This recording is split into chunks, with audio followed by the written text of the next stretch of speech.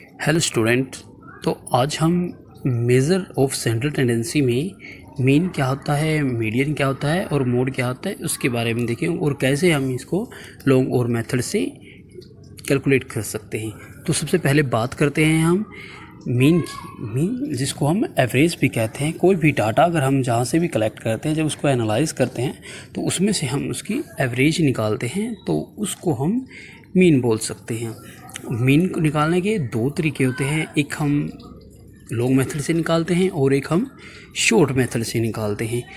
सबसे पहले हम लेते हैं कि इन अनग्रुप डाटा की बात करते हैं और उसको हम करते हैं by long method. Long method का फॉर्मूला क्या है, देखिए इसमें m इज़ इक्वल टू, इसमें बताया गया है कि m is equal to summation x upon n। तो सबसे पहले हम देखते हैं कि हमारे पास डाटा किस टाइप का है। देखिए डाटा हमारे पास है, उसकी बात अगर हम करें तो देखिए यहाँ पे इसमें दिखाया गया है कि डाटा हमारे पास, देखिए मान लीजिए किसी बच्चे के मार्क्स आए हैं 18 आए हैं, दूसरे बच्चे के 17 आए हैं, एक के 18 आए हैं, फिर 16 आए हैं, फिर 14 आए हैं, फिर 13 आए हैं, फिर 14 आए हैं, फिर 15 आए हैं और फिर 14 आए हैं, फिर 17 आए हैं। तो इस तरीके से अगर हम निकाल लेते हैं, ये हमारा हो गया x। इसको अगर हम टोटल करें तो हमारा हो जाता 156, जिसको हम बोलते हैं समेशन x।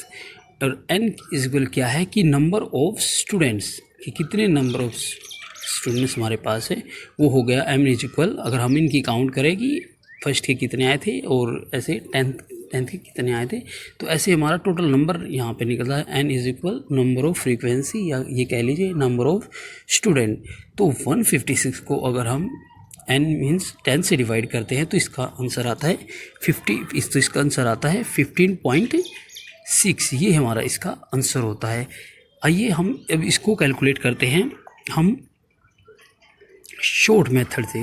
तो शॉर्ट मेथड को अगर देखिए, अगर शॉर्ट मेथड का और लॉन्ग मेथड का हमारा रिजल्ट सेम आता है, आंसर सेम आता है, तो हम इसको करेक्ट मानते हैं कि ये चीज़ हमारी बिल्कुल राइट है। जो भी डाटा आया है हमारा उसकी एवरेज निकले वो बिल्कुल सही निकली है।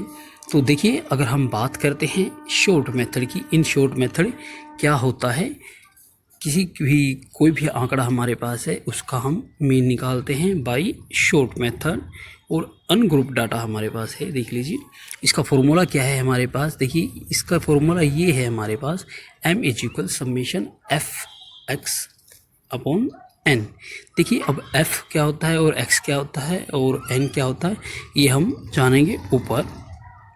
देखिए इस वीडियो में बिल्कुल क्लियर और साफ दिखाया गया है कि यहाँ पे देखिए x से मीनिंग क्या है हमारा, x हम किसको लेके चलते हैं, x मान लीजिए कोई भी मार्क्स है हमारे पास, जिस भी स्टूडेंट्स के आए हैं, कितने हैं शायद हैं।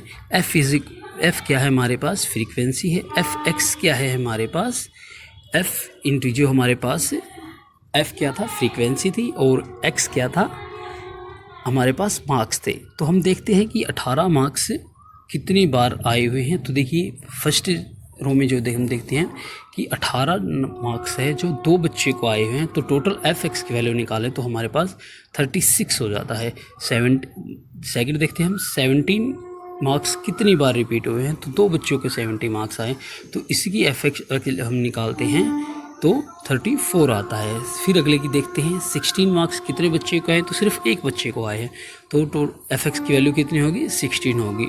50 मार्क्स अगर हम देखें कितने बच्चे को आए हैं, तो एक बच्चे को आए हैं, तो इसकी वैल्यू कितनी हुई, 15।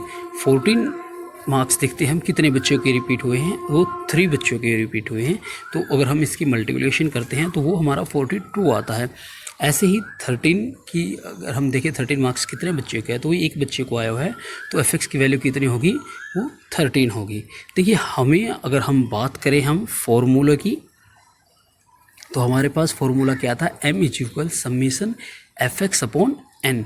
देखिए अब हमारे पास m निकालना है हमें, समेशन f(x) की वैल्यू है, समेशन f(x) हमारे पास क्या है 156। जितने भी f(x) आया था उसका हम सम कर देते हैं, और number of frequency means number of students कितने थे हमारे पास, वो हमारे पास नंबर ऑफ फ्रीक्वेंसी थे हमारे पास 10 थे।